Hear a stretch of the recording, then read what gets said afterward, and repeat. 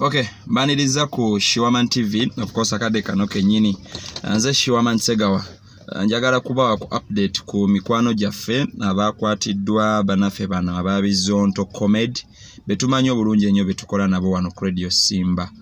Njagala kubawa ku update musobole okubeera nga mumanya ki ekiriwo ate twongere okubeera nga tubawa essaala kubanga meanwhile kikulu nnyo okubeera nga tubasabirako kubanga embeera mwe bali si nnungi because we all know nti munange kitegeeza okubeera mu detention center. Tekibeera kyangu ne baba tebakubyeko luyi ne baba tebakonyeeko ne baba tebakusunyeeko naye nga oli mu kiyitibwa detention tewabeerawo sanywawo. So I'm here to update you okuwulira ki ekigenda maaso naddala mmwe abali ku Shiwaman TV YouTube channel yaffe eno ne mbakubiriza okusubscribinga n'okubeera nga bw'omala okusubscribinga onyiga ku kide. Bw'omala okunyiga ku kide kiba kitegeeza nti ojja kufunanga notification ku buli video gye tubeera tutaddeyo n'obeera nga omanya. Basically tukola ku bya mizannyo. Era olunaku olw'enkya tujja kubeera live essaawa zijja kubeera 11 ez'akawungeezi. Tujja kuba tubeera live nga nkola analysis ku Premier League nga bwegenda okubeera nga ekomekerezebwa na biki bye tulina okubeera nga tulowoozaako Premier League ng'eri mu kuggwa. So olunaku olw'enkya tulina okubeera ng'osubwera. Olunaku olw'enkya ku ssaawa 11 ez'akawungeezi tujja kubeera live wano ku channel yaffe eyitibwa Shiwaman TV. So for now ekindeese njagala kubeera nga mbabuulirako okwo ku biki ebigenda maaso. Mpozi ate wali ekireka kubanga mikwano gyaffe okuli Sabakaaki, okuli Opeto Kimatono Gold, okuli ne Julius Serwanja ayitibwa Kidomole, ate mpozi kugatta n'Embabali Maliseeri abakwatiddwa olunaku olw'ejjo bwe bajjiddwa wano ku Radio Simba ne batwalibwa ekireka. Basse kutwalibwa Naggulu then oluvannyuma ne batwalibwa ekireka. Olunaku olw'ejjo ne leero tusiibye mu keetalo nga bagezaako okukola search mu maka gaabwe nampozi ne mu mmotoka zaabwe kubanga emmotoka zaaboyeddwa ne babeera nga bazitwala ku poliisi. Emmotoka zibadde ku Kira police station wano e Kamwokya naye nga amaka gaabwe basobodde okubeera nga bagaaza olunaku lw'ejjo n'olwaleero basiibye poliisi esiibye yeetooloola amaka gaabwe nga bagezaako okubeera nga bagacekinga n'okulaba oboolyawo nga temuli byekuusa ku ezo ensonga ze balowooza nti oboolyawo ze zaaviiriddeko okubeera nga babakwata n'ensonga z'okuba nti oboolyawo balowooza nti comedy gwe baakola alimu ekiyitibwa okusosola mu mawanga. So byonna byonna babikoze olunaku olw'ejjo ne leero. Amawulire ge tuyina essaawa zino balooya baffe aba Radio Simba abagenda maaso n'okubanga batuyambako kugatta ne ttiimu yaffe ya Newsroom kubanga ebintu bye baakoze ate bigwa mu mawulire newankubadde nga gali comical because mu mawulire mubeeramu agali comical mubamu agali persuasive ate ne mubeeramu nago gabeera nga tegali comical. So olunaku olwaleero njagadde mbeere nga mbawa ku update.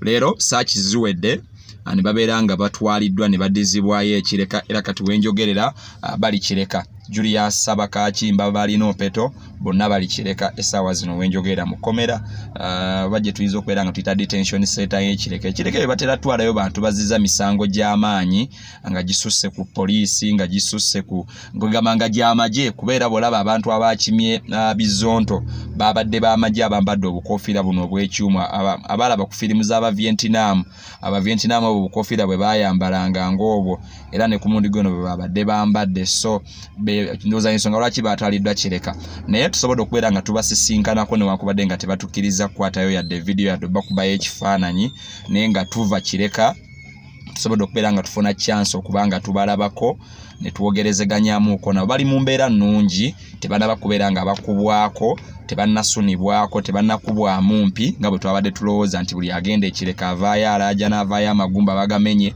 ne this time tutegedde nti tebannaba kubeera nga bakwonwako kantu konna bali mu bulamu bulungi newankubadde nga bali mu detention center. So balooya baffe bagenda maaso n'okubeera nga bakola ekisoboka okulaba nga wabaawo waakiri embeera okulaba nga ku Mande abalenzi baffe bano basobola okubeera nga babata n'okulaba nga bizonto comedy bifuna eddembe lyabwe okubanga baddamu okubanga bali abutaala nga bulijjo bwe babadde nga bakikola. So for now twongere kubasabira mikwano gyange mwe n'abatulaba eyo twongere okusaba kubaka kati essaawa zino ekiriwo kyekyokuba nti bagenda maaso n'okubanga bawongera okuba investigating n'okulaba nga bazuulira ddala nti mirala mbutuufu tewaaliwo kintu kyonna kyekuusa na kuba nti oba oliawo akavidiyo ke baakola kaali kakola mu kusosola amawanga. So olunaku olwaleero tuvuddeyo mu ssaawa ng'emu emabega. So ekiriwo emmotoka basobodde okubeera nga bazituddiza ziri waffe kati mu parking ya Simba ya Julius bagituddizeeyo Peto bagituddiza. So emmotoka bazituddiza ezibadde zaaboyeddwa nga bagenda maaso n'okuba nga bazikolako na search.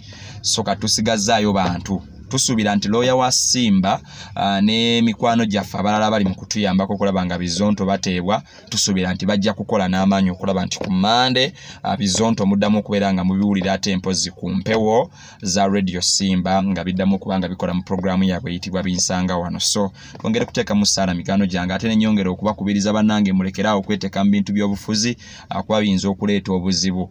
Olaba nti omuntu bw'aba akola comedy ne basobola okuba nga bamukwata then kitegeeza nti ate gwatakola comedy bw'onoyogerayo ekintu ekyesittaza oyinza okwesanga ng'ebintu tebikutambulidde bulungi. So njagala kuberekereza for now awo kavidiyo kano katambuze bw'oba okafunye mikwano gyaffe basobole okubeera nga bategeera ki ekiriwo kyennyini ekikwata ku Bizonto, ki ekiriwo kyennyini ekikwata ku mikwano gyaffe betukola nabo ku Radio Simba. So katambuze kavidiyo kano making sure nti buli muntu gwe kikwatako akafuna mukwano gwo n'atali mukwano gwo nkimanyi Bizonto balina fan base ewererako ddala wano ku YouTube channel. So mbakubiriza mubeere nga kavidiyo kano mukatambuza musobole okubeera nga abantu bamanya bambi mikwano gyabwe Bizonto mawulire ki agaliwo gennyini ekiriwo kyekyo kyensobodde okubeera nga mbategeeza. Any growing update ojja kuba ogifuna wano ku Shuaman TV. Keep it Shuaman TV, don't forget to subscribe.